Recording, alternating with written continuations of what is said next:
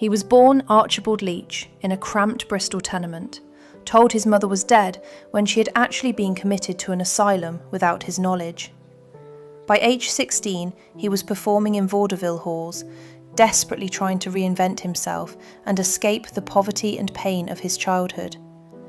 This is the story of how a broken boy from England became Cary Grant, Hollywood royalty, and why, despite achieving everything he dreamed of, he never truly believed he deserved any of it. What you'll discover about his life will change how you see every charming smile and suave gesture he ever gave on screen.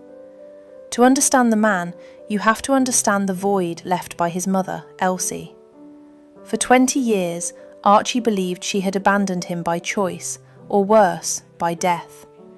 His father, a struggling tailor's presser, had simply vanished her, placing her in an institution to hide his own failures and start a secret second family.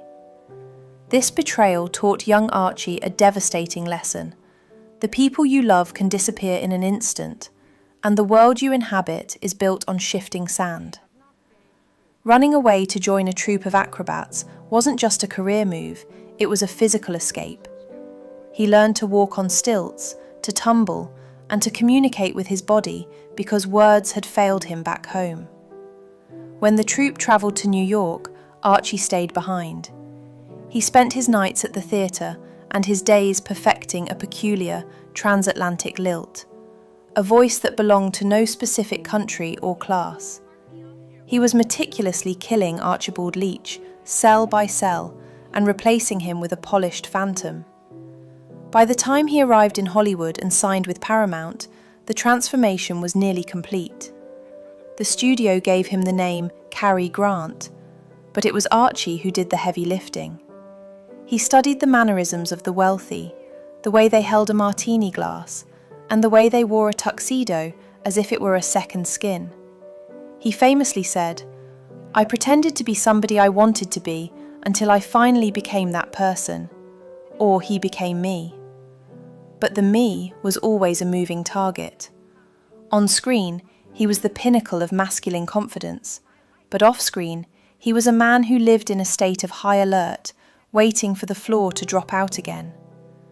The most jarring moment of his life came in 1934.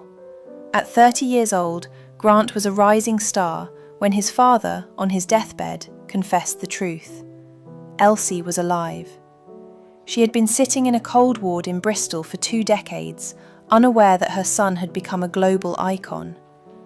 Grant immediately flew to England and rescued her, but the reunion didn't bring the closure he expected.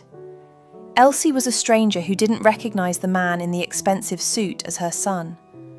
For Grant, this confirmed his deepest fear, that the persona he had built was so convincing it had even erased him from his own mother's memory. This psychological fracture haunted his 5 marriages and his reputation.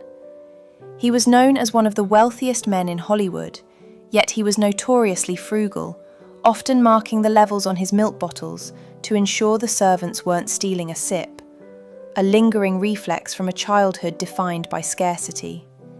He was a man who could charm millions, but couldn't convince himself he was worth staying with. In the late 1950s, desperate to find the real him, Grant turned to what was then a radical medical experiment, LSD therapy. Under a doctor's supervision, he took the drug over 100 times, hoping to dismantle the Cary Grant mask. He wanted to confront the ghost of Archie Leach and finally forgive the boy who felt he wasn't enough. He claimed the therapy saved him, yet he never truly stepped out of the spotlight's shadow until his retirement in 1966. Cary Grant walked away from movies while he was still at the top. He refused to let the public see the mask crack or the hair turn grey on screen. He protected the image of Cary Grant until the very end, perhaps because that image was the only thing that kept the world from seeing the lonely boy from Bristol. When we watch him today, we see the effortless grace and the perfect comedic timing. But look closer at the eyes. Behind the most famous smile in cinema history was a man who spent 82 years trying to find his way home to a mother who didn't know him, and a childhood he could never quite outrun.